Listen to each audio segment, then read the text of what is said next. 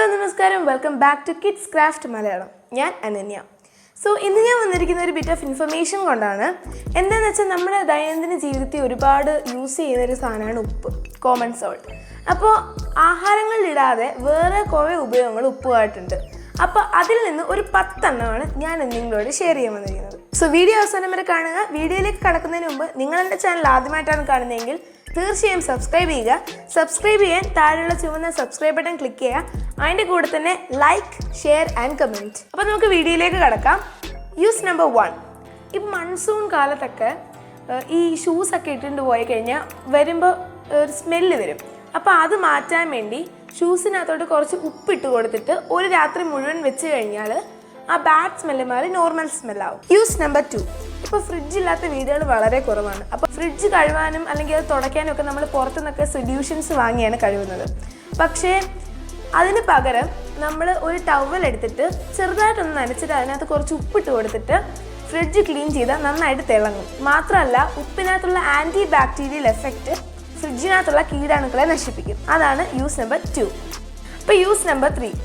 നമ്മൾ ഈ ടൂത്ത് ബ്രഷൊക്കെ കുറച്ച് ദിവസം കണ്ടിന്യൂസ് ആയിട്ട് ഉപയോഗിച്ച് കഴിയുമ്പോൾ അതിൻ്റെ പല്ലൊക്കെ കൊഴിഞ്ഞൊഴിഞ്ഞ് തുടങ്ങും.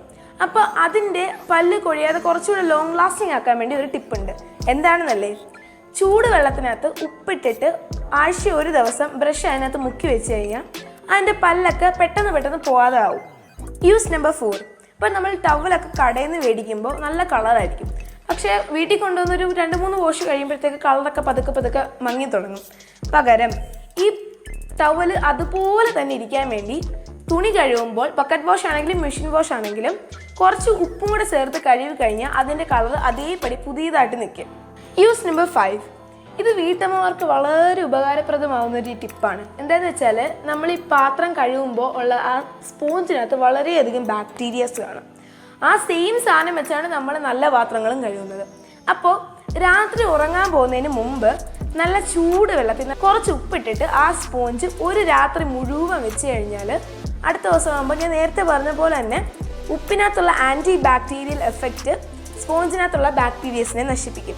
അപ്പോൾ അടുത്ത ദിവസം വരുമ്പോൾ ആ സ്പോഞ്ച് നല്ല ക്ലീൻ സ്പോഞ്ചായിരിക്കും. നമ്മുടെ ആരോഗ്യത്തിന് അത് വളരെ നല്ലതാണ്. Use number 6. അപ്പോൾ നമ്മൾ മുട്ടയൊക്കെ പുഴുങ്ങുമ്പോൾ ചിലപ്പോഴൊക്കെ ഇങ്ങനെ ആക്സിഡൻറ്റ് സംഭവിക്കുകയെന്ന് വെച്ചാൽ നമ്മൾ ഈ തോടൊക്കെ പൊളിക്കുമ്പോൾ ഇല്ല കുഞ്ഞായിട്ട് പൊളിഞ്ഞു വരും. അപ്പോൾ അതിന് കാണാൻ ഒരു ഗ്ലാമർ കാണത്തില്ല, ഒരു നല്ല രസമായിരിക്കത്തില്ല വരാൻ.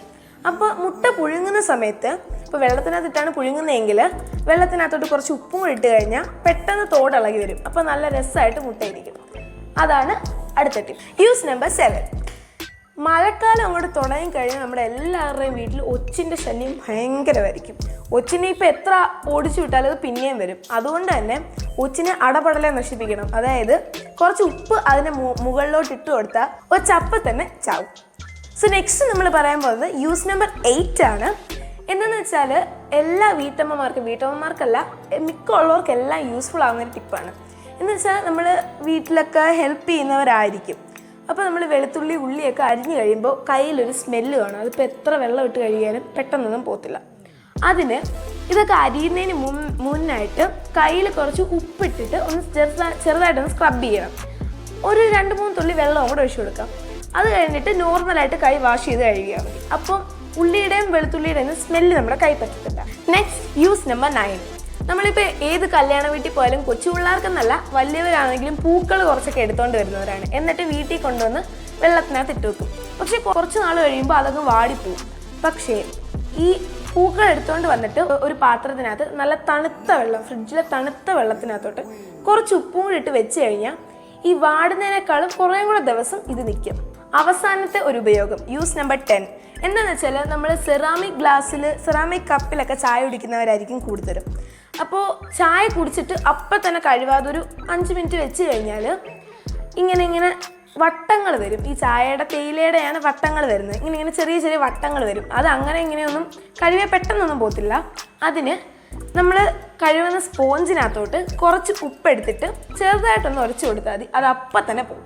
അപ്പോൾ ഇന്നത്തെ വീഡിയോ നിങ്ങൾക്ക് എല്ലാം ഇഷ്ടപ്പെടുന്ന വിചാരിക്കുന്നു. അടുത്തൊരു വീഡിയോയിൽ പുതിയൊരു അടിപൊളി കണ്ടന്റുമായി ഞാൻ എത്തുന്നവരെ ബൈ.